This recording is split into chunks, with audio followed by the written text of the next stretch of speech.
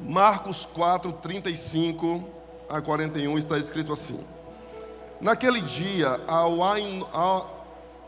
anoitecer, disse ele aos seus discípulos: Vamos atravessar para o outro lado. Deixando a multidão, eles o levaram no barco, assim como estava. Outros barcos também o acompanhavam. Levantou-se um forte vendaval, e as ondas se lançavam sobre o barco, de forma que este foi se enchendo de água. Jesus estava na polpa, dormindo com a cabeça sobre um travesseiro. Os discípulos o acordaram e clamaram: Mestre, não te importa que morramos? Ele se levantou, repreendeu o vento e disse ao mar: Aquiete-se, acalme-se. O vento se aquietou e fez completa bonança. Então perguntou aos seus discípulos: Por que vocês estão com tanto medo?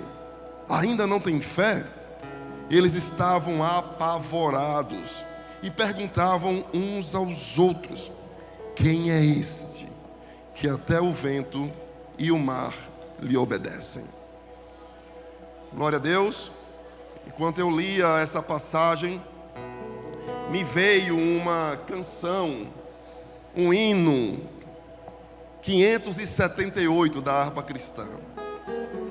Eu saúdo a amada igreja com a paz do Senhor. Amém. É uma inenarrável oportunidade estar aqui diante dos irmãos para cultuarmos ao supremo e grandioso Senhor dos senhores, Deus dos deuses, Rei dos reis. E juntamente com a igreja queremos louvar um hino que tem por título Sossegai. Peço aos irmãos que abra a harpa cristã no número 578. Vamos louvar ao Senhor, amém? Com vocês, conjunto Rosa de Saron. Amém. Te abriu a harpa, irmãos. Vamos lá louvar o Senhor Jesus. Ó Mestre, o mar se revolta, as ondas nos dão pavor, o céu se reveste de trevas, não temos um Salvador. Não se te dá que morramos, podes assim dormir, se a cada momento nos vemos, sim prestes a submergir. As ondas atendem ao meu mandar, sossegai, seja o encapelado mar, a ira dos homens, o gênio do mal, tais águas não podem naufragar, que leva ao Senhor, Rei do céu e o mar.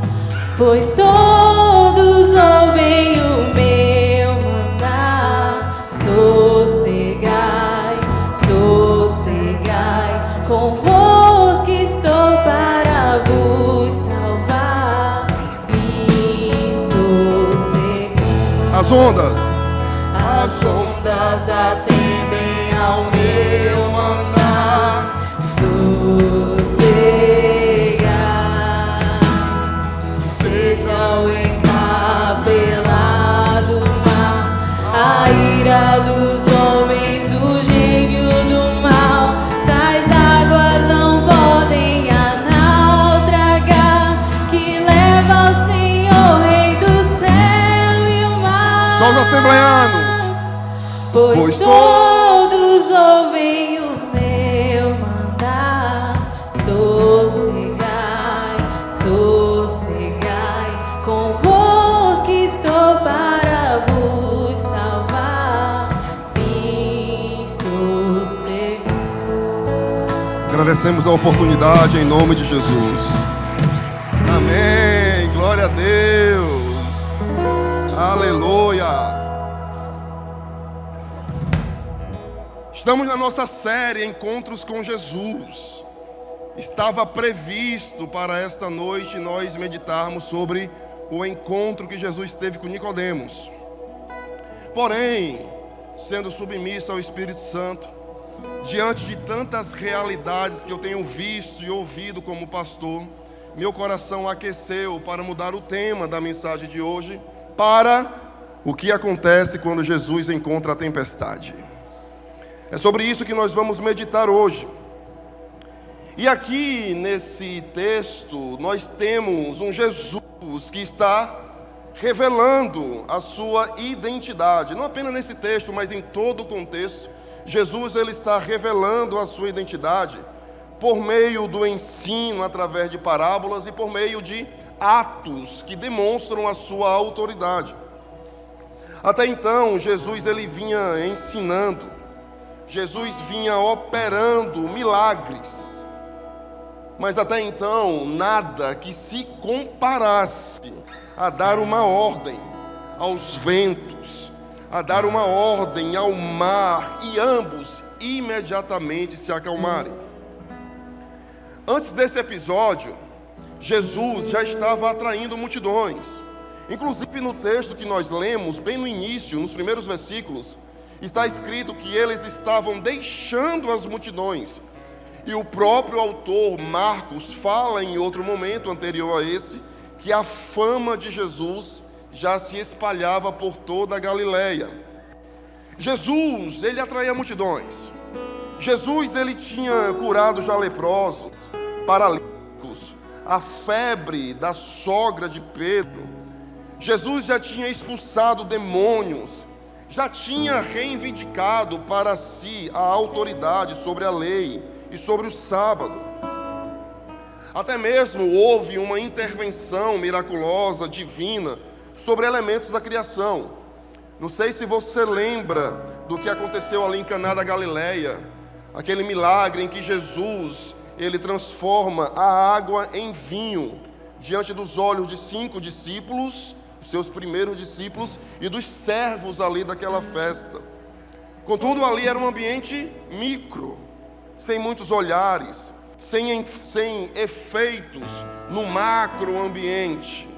Agora, acalmar uma tempestade furiosa, não. Isso era inédito, isso não tinha acontecido ainda. E o que temos aqui, nesse episódio específico, é Jesus atravessando o mar da Galileia com seus discípulos. O mar da Galileia, que também é conhecido como um grande lago, Tiberíades, por exemplo, ou Genezaré, é o mesmo nome, na verdade é o mesmo ambiente que recebe 3 nomes devido à sua extensão. O mar da Galileia, ele tinha aproximadamente 13 quilômetros de uma margem à outra. Então imagina o tamanho desse lago. Em uma travessia normal, sem nenhum incidente, eram necessárias aproximadamente 2 horas para fazer essa travessia. Esse mar, ou este lago, ele estava a aproximadamente 211 metros abaixo do nível do mar, cercado por montanhas.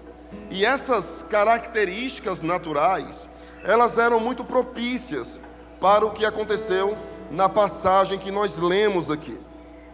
Uma vez que os ventos frios vinham das montanhas, encontravam as águas quentes do lago e formavam os vendavais e as tempestades. O que Marcos está narrando aqui não era um fato estranho ao ponto de nunca se acontecer ali naquele lago. É um fato real, um fato histórico. E na passagem que nós lemos, eles estavam no lado ocidental do lago, isto é, no lado judaico, provavelmente na região de Cafarnaum.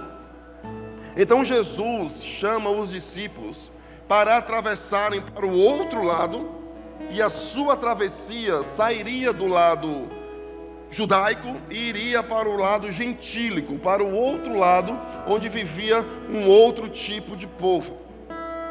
É importante a gente lembrar disso. Por quê? Porque os gentios, isto é, os povos que não eram judeus, eles eram vistos majoritariamente como rejeitados. e como cerimonialmente impuros pelos judeus. E Jesus estava atravessando o mar da Galileia exatamente em direção a uma das cidades que fazia parte da Decápolis, 10 cidades gentílicas. Jesus estava atravessando o mar da Galileia exatamente indo em direção a esse tipo de povo que era rejeitado pelos judeus. E logo depois dessa travessia acontece aquele fato que a gente conhece muito, que é a libertação daquele endemoniado gadareno. Você lembra dessa história? É justamente nessa travessia. É Jesus saindo aqui do lado dos bonzão, dos bichão, a última bolacha do pacote, Coca-Cola gelada no deserto, os judeus, atravessando. Tiago, estou dando trabalho aí já, né? Começou, né?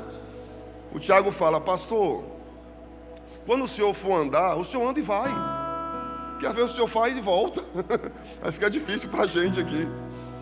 Mas Jesus então está atravessando, saindo do lado judaico para o lado gentílico, demonstrando que ele tem interesse em buscar aqueles que os judeus rejeitavam. Então esse é o contexto que nós temos aqui.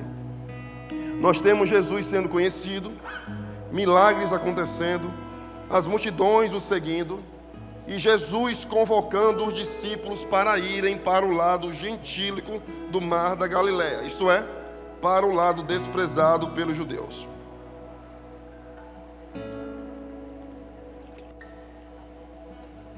Mas pastor, quais as lições que nós podemos tirar desse texto? Na verdade, irmão, nós podemos tirar inúmeras lições desse texto.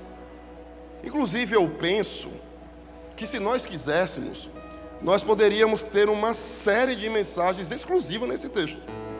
Tamanha é a sua riqueza. Porém, eu vou me dedicar aqui a focar em alguns pontos. E mais uma vez eu repito aquilo que eu tanto falo.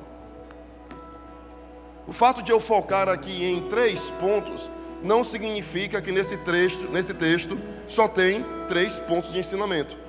Eu aconselho, eu encorajo que você anote e que você estude, que você mergulhe nesse texto em sua casa, porque lá você será ministrado por alguém que é muito superior a qualquer pregador humano, o próprio Espírito Santo de Deus. Amém? Então, dito isso, não reduzindo os ensinamentos a 3 pontos, mas apenas devido ao nosso tempo aqui, o primeiro ponto que eu vejo é que seguir a Jesus não nos livra de tempestades. Repita comigo: seguir a Jesus não nos livra de tempestades. Quando você vê esse texto, você percebe que os discípulos, eles estavam com Jesus em terra firme, os discípulos estavam seguindo Jesus, obedecendo Jesus, e em obediência a Jesus, eles entraram no barco e se lançaram nas águas do mar. Os discípulos, eles não estavam no mar da Galileia por iniciativa própria, por rebeldia, ou por vontade própria. Eles estavam, Pedro, seguindo uma palavra explícita de Jesus.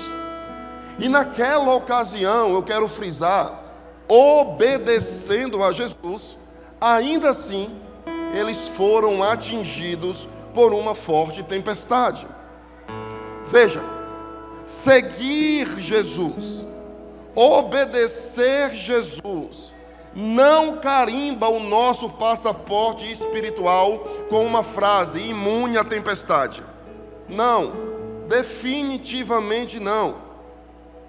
Há pessoas que dizem: você não está no centro da vontade de Deus, hein? Se você estiver no centro da vontade de Deus, aí as coisas vão se acalmar. Há pessoas que pregam dizendo: se a coisa não mudou, é porque você não orou o suficiente, é porque você não leu a Bíblia o suficiente. Para mudar, você tem que participar da campanha tal, ou pior. Irmão, você já fez aquele voto? Já pegou aquele envelope? Esse é o pior de todos. E aí a gente vai achando que toda e qualquer tempestade é fruto de um erro nosso, é fruto de uma conduta nossa. E parece que não é isso que está acontecendo com esses discípulos.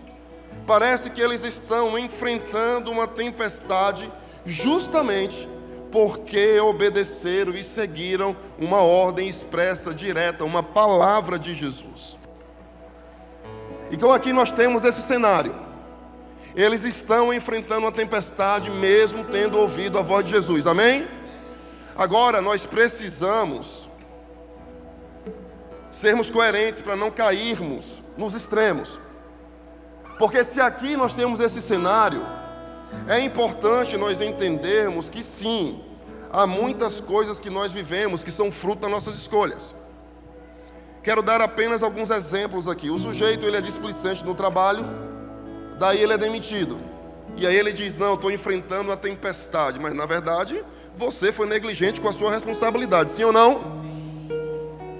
Os pais não acompanham a vida do filho, daí de repente, que não é de repente, porque é uma desconstrução, esse filho aparece com péssimos costumes, com péssimas amizades. É o caso do esposo, da esposa, que não acolhe em amor o cônjuge, e como consequência, o casamento vai ruindo aos poucos. Assim, muitos e muitos casos, no qual essa dita tempestade é resultado da nossa negligência em relação às nossas responsabilidades. Então há esse caso aqui, mas em contraponto a esse, há muitos e muitos casos, eu já vejo isso constantemente, vivo isso também, em que o cara está ali meditando diligentemente na palavra, em que a mulher ela está se envolvendo na causa do reino, em que seja o homem ou seja a mulher, eles estão vivendo em Deus, estão como um desses discípulos, seguindo a palavra de Jesus, e ainda assim se dão de cara com uma tempestade. É muitas vezes aí que vem a crise. Deus não me ama, Deus não me quer, Deus esqueceu de mim, Deus me abandonou. Calma, irmão. Calma o quê, pastor? O senhor acabou de dizer que seguir Jesus não nos livra da tempestade. É verdade, irmão, eu disse isso mesmo.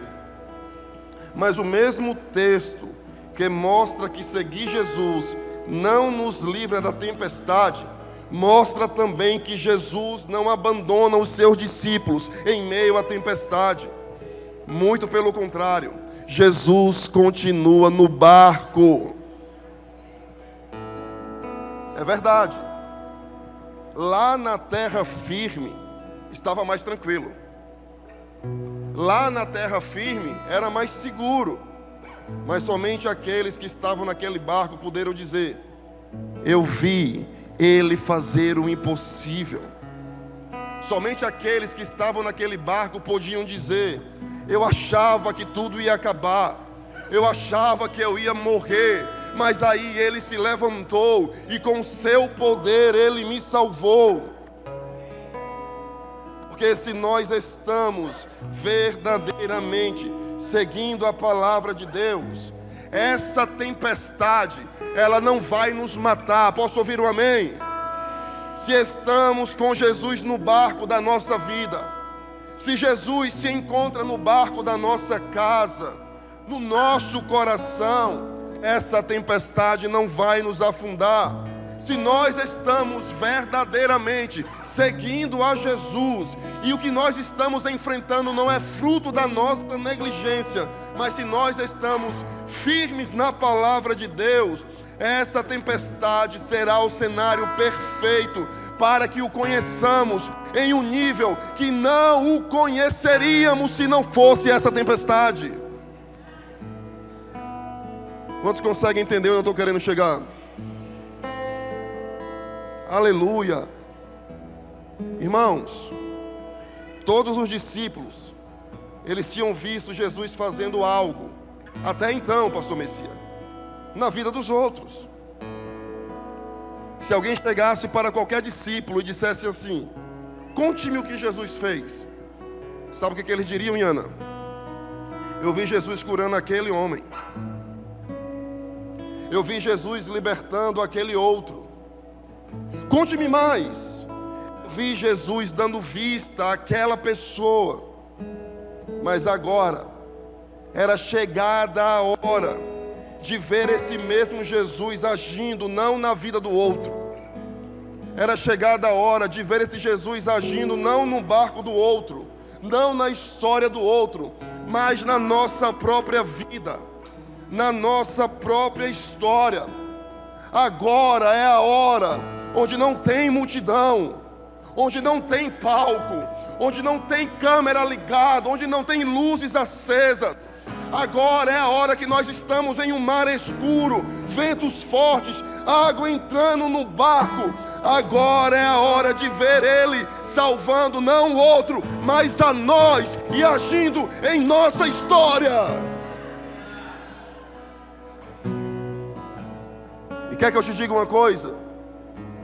Bendita é a tempestade que é vivida por aqueles que seguem a Cristo e têm Cristo no seu barco. Porque é aí, nessa tempestade, que nós veremos o Jesus que agiu na vida do vizinho, agindo na nossa vida. Porque é aí, nessa tempestade, que nós veremos o Jesus que agiu na vida do irmão da igreja. O Jesus que foi contado aqui no testemunho de alguém. É aí que nós veremos esse Jesus também operando em nossa vida. Irmãos, maldita seja a segurança da terra firme, se ela me fizer viver longe do poder de Deus. E bendita é a tempestade que me faz entender que esse Jesus é poderoso para agir também na minha vida. Que esse Jesus também é poderoso para agir na minha história. Que esse Jesus também tem poder para restaurar o meu casamento. Que esse Jesus também pode operar nos meus pensamentos, nas minhas emoções. Que esse Jesus também tem poder para me livrar da ansiedade, da depressão. Bendita seja a tempestade em qual eu vejo Ele agir.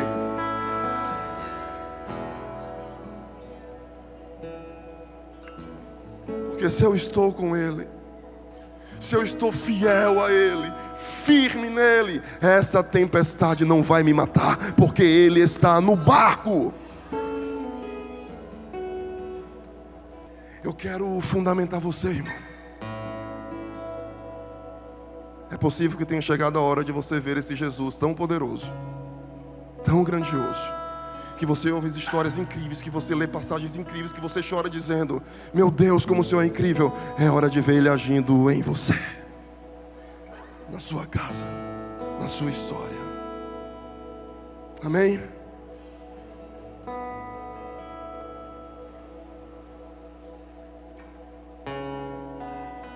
Sabe o que vai acontecer, pastor Rodrigo? Depois da tempestade, Rafael, antes da tempestade, na verdade, se perguntassem aos discípulos o que ele fez, os discípulos iam dizer o que ele fez na vida dos outros. Depois da tempestade, a mesma pergunta. O Jesus que curou o cego, Ele também me salvou. O Jesus que libertou aquele homem, Ele também agiu na minha casa. O Jesus que curou aquela mulher, Ele também restaurou o meu casamento. Porque Ele manifestou o seu poder em meio à tempestade que assolava a minha vida. Eu não apenas o conheço de ouvir falar, eu agora o conheço porque eu o vi agir na minha própria história. Está vendo esse barco aqui? Ele ia naufragar, mas Ele me libertou.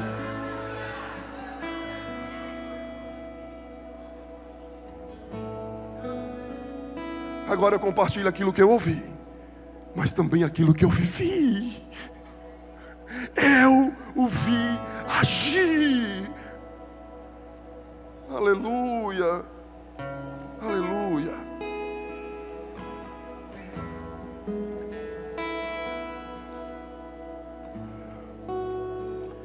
Eu disse que seguir Jesus não nos livra da tempestade.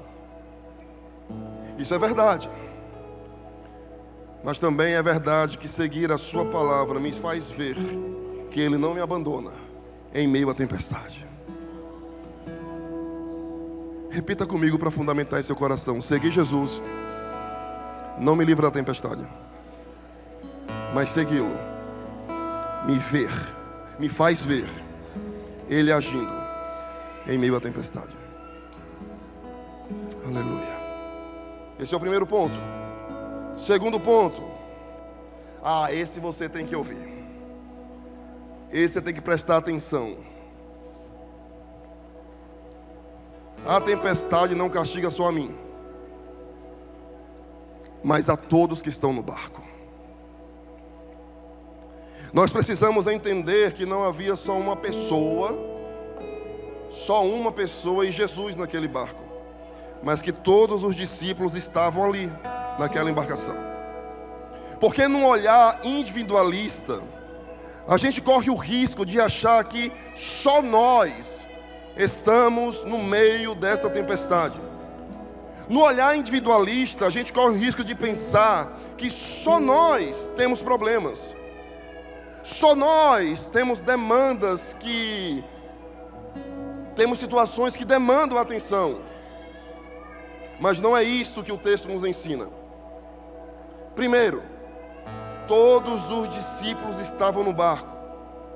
E o texto deixa claro que havia outros barcos ao redor também.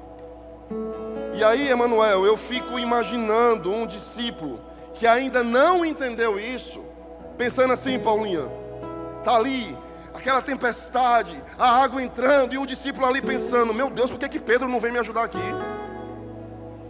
Olha o que eu estou passando, ele ainda não veio me ajudar aqui. E lá do outro lado do barco está Pedro, correndo para um lado e para o outro, tentando tirar a água, doendo as costas e dizendo: está entrando água aqui também. Daí um outro diz: e esses barcos aqui ao redor? Não é possível que ninguém está vendo que tem uma tempestade me assolando, ninguém vem me ajudar. E os caras lá do outro lado do barco estão o quê? Tentando se salvar também. Porque a tempestade não atingiu só uma pessoa, mas todos aqueles que estavam naquele mar. Hoje em dia está em alta esse negócio de temperamento, né? De temperamento, né? É colérico, sanguíneo, melancólico, fleumático. Eu fiquei pensando, se fosse lá o sanguíneo, ia dizer assim: pastor Messias, meu Deus, é água demais, a gente vai morrer aqui, vai morrer todo mundo. Aí chegava um Josué colérico e disse assim: não, ninguém vai morrer aqui não. Bora, pega aqui o balde, pega aqui não sei o que, bora resolver logo aqui, bora, pega aqui não sei o que e tal. Aí o melancólico ia dizer assim: minha roupa está no varal. Estava pensando em usar ela amanhã. Aí o fleumático: gente, é só uma nuvem, daqui a pouco passa. Gente, essa igreja continua bíblica, viu? É porque eu não resisti não, tinha que fazer essa piada. Voltando. O fato é, queridos, que todos os discípulos estavam no mesmo barco. Todos os discípulos estavam na mesma tempestade. Todos estavam se esforçando ao máximo. E agora você tem que dar um glória a Deus. E Jesus estava acessível a todos. Deixa eu dizer uma coisa para você. Tenha compaixão com seu irmão, porque ele também está enfrentando a mesma tempestade que você. Porém, assim como os discípulos estavam em lugares diferentes naquele barco, esse seu irmão, ele está enfrentando a mesma tempestade, só que em outra área da vida. Às vezes, a gente coloca expectativas demais em quem também está lutando a mesma luta que nós. Veja o que Pedro diz em 1 Pedro, capítulo 5, versículos 7 a 9. Deixa eu ler para você aqui. Escute com atenção. Lancem sobre ele, não sobre os homens, mas sobre ele, toda a sua ansiedade. Porque é ele, não é o pastor da igreja, não é o líder do GR, não é uma pessoa normal, é ele. Ele tem cuidado de vocês. Deixa eu repetir aqui para você: lance sobre ele toda a sua ansiedade, porque quem cuida de você é ele. E Pedro continua dizendo: permaneçam firmes. Escute isso aqui, ó. Permaneçam firmes, sabendo, meu irmão, escute isso, sabendo que os irmãos de vocês em todo o mundo estão passando pelos mesmos sofrimentos. O que é que Pedro está dizendo? Ajuste suas expectativas. Sabe, igreja, ao mesmo tempo que nós devemos nos esforçar ao máximo para acolher, para amar, para se envolver com o outro, devemos ter a consciência que o outro não tem obrigação de suprir todas as nossas demandas emocionais. Ou seja, a perfeição nunca será atingida por nós. E esse sentimento de rejeição, de abandono, quando ele ultrapassa a realidade e quando ele vira um ídolo em nosso coração, isso não vem de Deus, mas vem do diabo, que vem tentando devorar o nosso coração. Como crentes maduros, nós devemos avaliar se é uma real rejeição, se é um real abandono, ou se é simplesmente fruto da incapacidade humana de nossos irmãos. Porque todos nós somos incapazes de atender todas as demandas, sim ou não?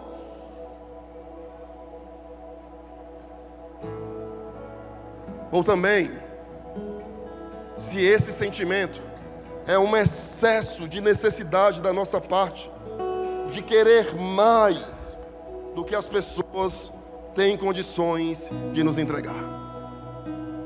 E aí a gente fica esperando que as pessoas acalmem a nossa tempestade, quando na verdade Jesus está no nosso barco, está acessível para nós, e é Ele que tem o poder de acalmar os ventos e os mares na nossa vida. A gente espera muito do outro aquilo que nós devíamos pedir a Jesus.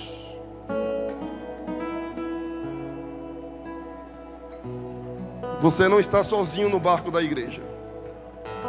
Você não está sozinho no barco da vida. Há outras pessoas que também estão lutando a mesma luta que você. E a sua compaixão é fundamental. Fundamental para quê, pastor? Para duas coisas: para naquilo que for verdadeiramente possível você servir ao outro, mas também para entender que muitas vezes o outro não vai suprir as suas necessidades. É por isso que o texto deixa claro: Jesus está no barco.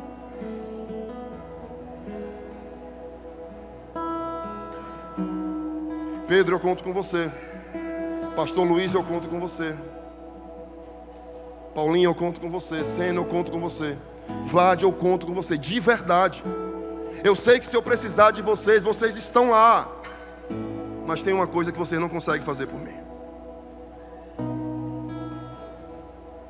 acalmar meus pensamentos, acalmar meus corações.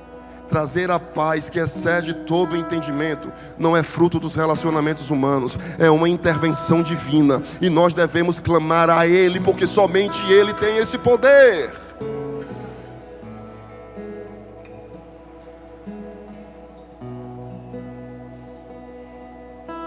Que o Senhor nos faça amadurecer nessa verdade.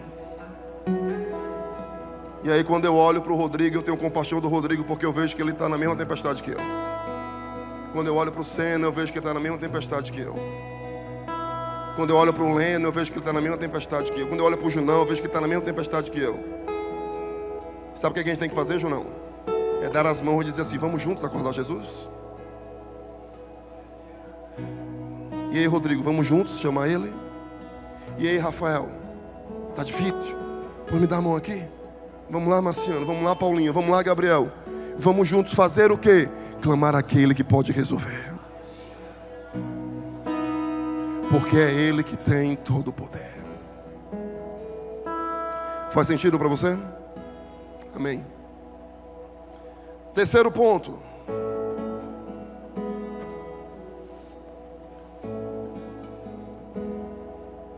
Que não nos falte fé.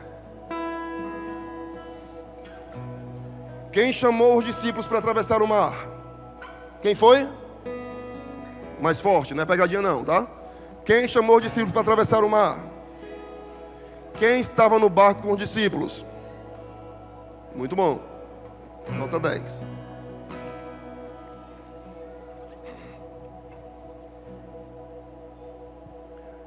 Aí o céu começa a escurecer, Juninho. E eles, os discípulos, estão lá de boa. Os ventos começam e eles lá. Não, peraí, é o vento, vamos dar nosso jeito aqui. A gente conhece esse mar com a palma das nossas mãos. É assim o ditado que diz, né? Eu conheço isso aqui com a palma das nossas mãos. A chuva vem valendo e eles lá. Não, a gente domina esse assunto aqui. Bora. Vamos mudar de estratégia aqui e vai dar certo. Pedro, vai para lá, João vai para cá, Tiago, não sei o que e tal. Vai dar certo. Até que a tempestade fica séria mesmo. E aí eles se dão conta que não vão vencê-la com as suas experiências, que não vão vencê-la com as suas habilidades, que não vão vencê-la com o seu conhecimento. Não importa o quanto eles conheciam aquele mar, não dá para vencer essa tempestade no nosso braço. Eles entendem que o que está faltando para eles, na verdade, não é uma nova estratégia, não é uma experiência, não é um evento da igreja, não é uma programação. Eles entendem que o que está faltando para eles é fé naquele que sempre esteve no barco, Jesus. E sabe o que é pior? É que os caras não têm fé. Daí quando eles chegam em Jesus, eles colocam a culpa em Jesus. Rapaz, tu não se importa não que a gente vai morrer? Falta fé. E quando eles chegam em Jesus, eles botam Jesus contra a parede. Parece a gente, né? Né, Débora? A gente tenta resolver as coisas do nosso jeito. A gente não ora, a gente não abre a palavra, a gente não ajoelha, a gente não jejua, a gente não busca a Deus. Aí quando as coisas não dão certo, a gente olha para Deus e diz: cadê o Senhor? Que não está vendo isso. É ou não é? E Deus está o tempo todo disponível para nós. Eu fico imaginando Jesus acordando lá no barco, Eduardo. Os discípulos lá apavorados e Jesus acorda: homem. O Jesus cearense, né? Homem, pelo amor de eu mesmo. Pelo amor de Deus, pelo amor de eu mesmo, entendeu a piada?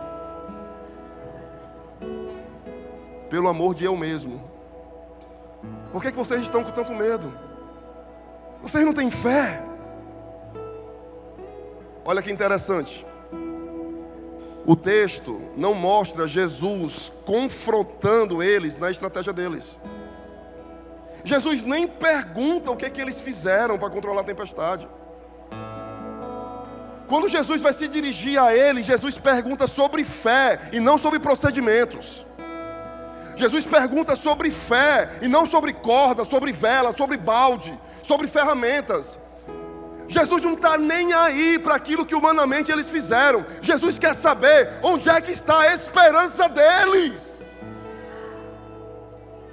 Por que vocês estão com medo? Vocês não têm a vela? Por que vocês estão com medo? Vocês não têm a corda? Vocês não têm um bar? Não! Jesus pergunta aqui: por que vocês estão com medo? Eu estou aqui. Cadê a fé de vocês? Onde é que vocês estão ancorando a esperança de vocês? Jesus confronta a fé, a esperança deles. E Jesus usa outra palavra: medo. Porque quando nos falta a consciência de quem é esse Jesus que está no barco, o medo impera os nossos corações. Boa parte do medo, boa parte da ansiedade, boa parte do pânico é fruto de uma falta de fé de que nós temos um Deus que é o nosso Pai. Eu preciso repetir isso para você. Boa parte das turbulências que nós temos nas nossas emoções, no nosso psicológico, boa parte dos nossos dias ansiosos é resultado de uma falta de fé que Deus é Pai, que Deus é bom, que Deus é provedor, que Ele é fiel, que a sua palavra não muda, que aquilo que Ele diz, Ele cumpre. Aleluia! E esse Deus, Ele nos ama tanto. Ah, meu Deus, eu quero que você entenda isso. Ele nos ama tanto que mesmo em meio à falta de fé dos discípulos, mesmo em meio à nossa falta de fé, Ele não pula do barco. Mesmo em meio à nossa pequenez, Ele não nos abandona. Jesus diz: cadê a fé de vocês? Faltou, mas eu não abandonei vocês. Eu continuo aqui. Filhos de Deus, filhas de Deus, entendam. Tempestade nenhuma na sua vida faz Jesus pular fora do barco. Se você é filho de Deus, se você é filha de Deus, você precisa se apropriar dessa verdade. Isso não é confissão positiva, isso é a Bíblia. O próprio Jesus diz: eu estarei com você. Você não está só. Oh, meu Deus.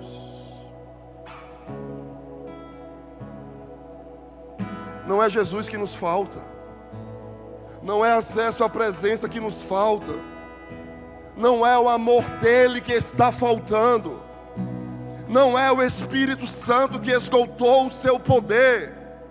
Sejamos francos, é a nossa fé.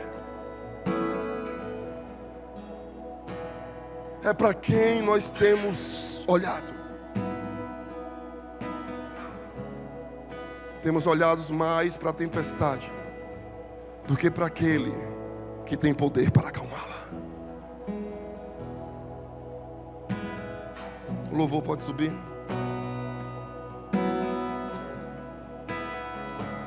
Aleluia.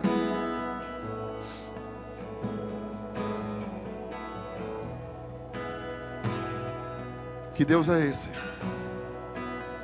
Que mesmo na falta de uma fé madura, pastor Luiz Carlos, não abandonou o barco, não abandonou os discípulos. Jesus continuou lá. Jesus demonstrou o seu poder, mesmo com a pouca fé dos seus discípulos, mas é como se Jesus dissesse: escutem, é importante que vocês amadureçam.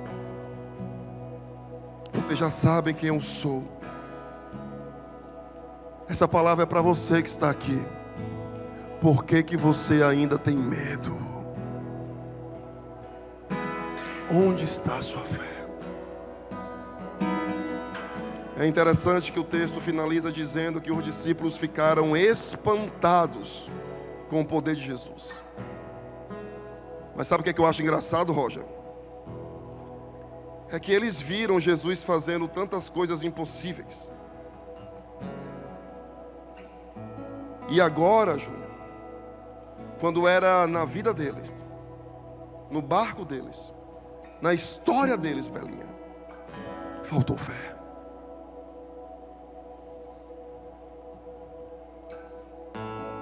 Parece que a gente acredita que Jesus pode fazer no outro.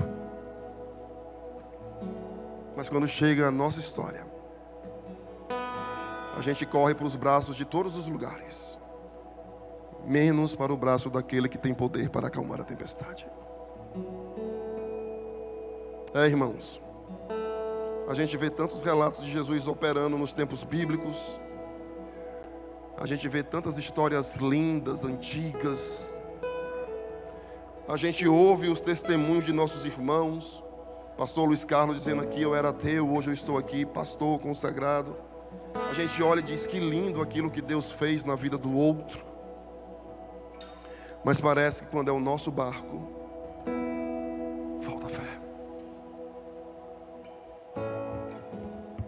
Parece que quando é nosso casamento, parece que quando é na nossa casa, na nossa vida, parece que quando é nos nossos pensamentos, nas nossas emoções, parece que aí a gente tenta dar o nosso jeito. A gente puxa uma corda de um lado, a gente pega uma vela e puxa dali, a gente pega um balde e joga fora do barco a água que dá para jogar. E a presença dele está lá, disponível para reinar em nosso coração. Mas a gente insiste em viver uma vida sem fé.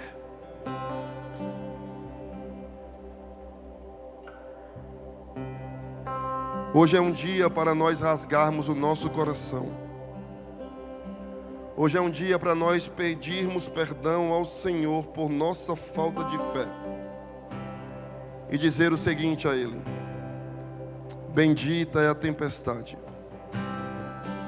que me faz ver o Teu poder.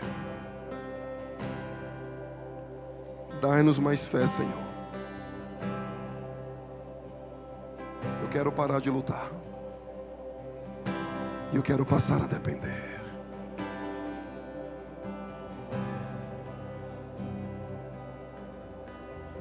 Acalma a nossa tempestade. Fique de pé.